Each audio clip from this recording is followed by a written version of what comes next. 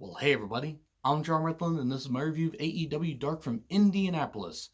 And there were two matches that were decent to good. The rest I didn't really care for, though there was one good interview piece I'm going to talk about here in just a bit. But we start off with Tony Schiavone writing down the card, and then later he talks about what we're going to see on the next episode of Dynamite. And we cut to Excalibur and Shawn Spears guest commentating this week. Speaking of guest commentary, I was a little bit too harsh on Dustin Rhodes last week in my review. Well, I didn't care for everything that he said. I was way too critical of how he sounded. He actually did have a lot of good lines, and to talk about his experiences, in his nearly 3 decades in wrestling. So, yeah, I was a little bit harsh. Would like to apologize for that. Shawn Spears, I thought, did a pretty good job here. Had a couple good lines, and he did pretty well. Now we start off with Trent versus Pentagon Jr., or whatever you want to call him. I'm going to call him Pentagon Jr. because that's what I know him as. I was afraid Orange Cassidy was going to be there. Thankfully, he wasn't. So, this match, I don't know what this match was. It wasn't bad, but it's like it was weird because you had Pentagon attacking early and often. Trent got in some shots, did come back with some dives.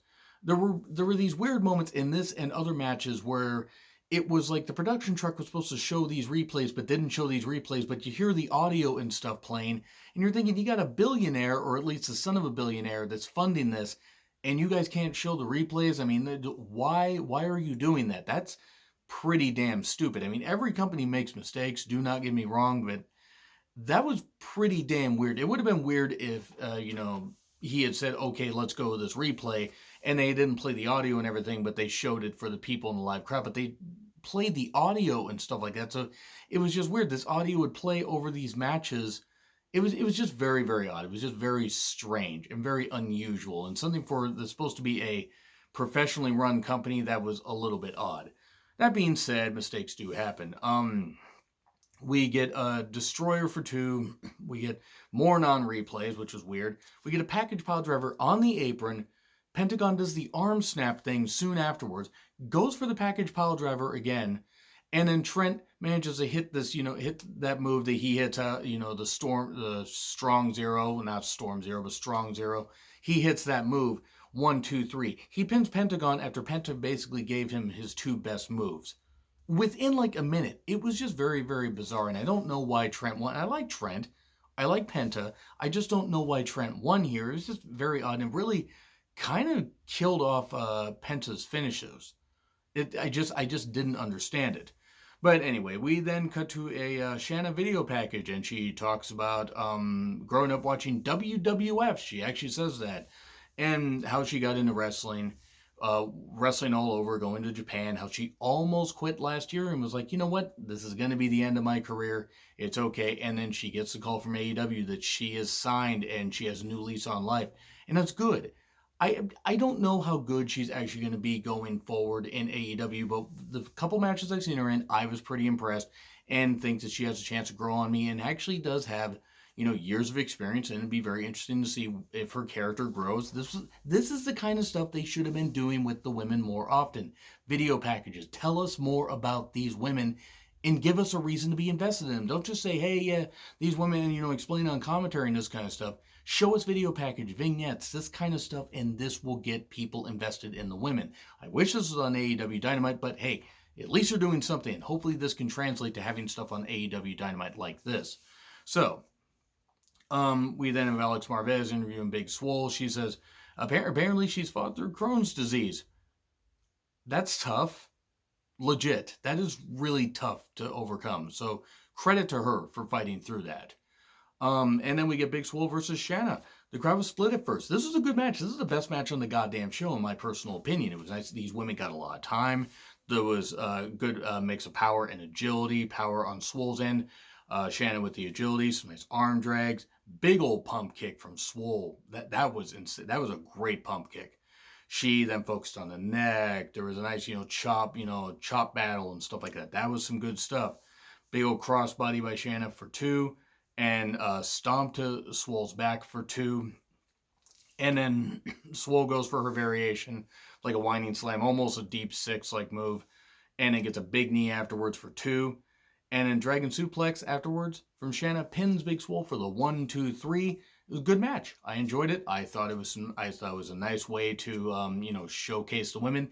Showcase more women like this on AEW Dynamite instead of just constant replays and maybe matches going on way too long. Get some more matches on there, and you might actually get your women's division being featured a whole lot more. Then we get recaps past stuff and everything. We get a by the numbers thing with Alex Marvez for some reason. And then everything comes to a screeching halt because we get Awesome Kong with Brandy Rose versus Leva Bates with Peter Avalon. Avalon cuts a promo saying that saying in the car is not a sport, the Indy 500, all that stuff and everything.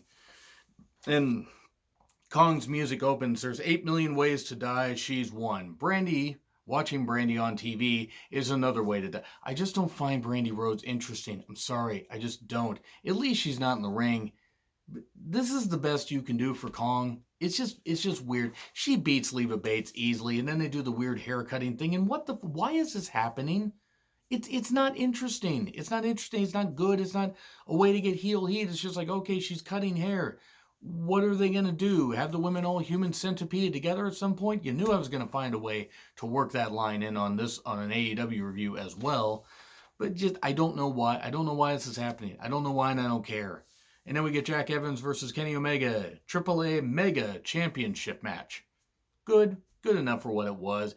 I thought the women's match was a little bit better. I will not fault either of these guys for how they perform. Jack Evans still able to move as well as he does at nearing 40. Kenny Omega not far behind them. Kenny Omega is only like a year younger than Jack Evans. Aubrey is the ref. Good stuff. There was of course one funny line by Shawn Spears where he says, every time I talk to Jack Evans I get dumber. That was pretty good. Nothing is Jack Evans. I mean, it just was a funny line. A lot of flippy shit, a lot of taunting early on. Big old backstretch by Omega where he's got his neck, where he's got Jack Evans's neck cranked and everything and all that. Kicks to the back. We get some dives outside by Jack Evans. We get a couple near falls. We get more weird non-replays for some reason. We get snapdragons in the ring and then one outside the ring. We get a bad buckle bomb landing. And nobody's fault of who took it or who delivered it. It was just a weird, odd landing. We get, V-triggers, and then we get a Tiger Driver 98 for 2.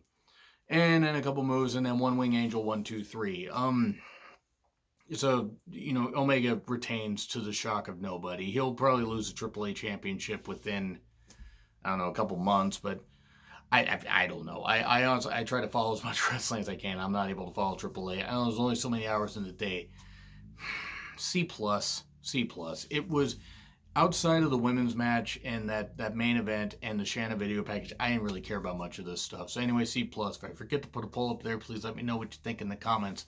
Like, share, subscribe, Twitter handle in the description. I'm John Ritlin. I'll see you soon.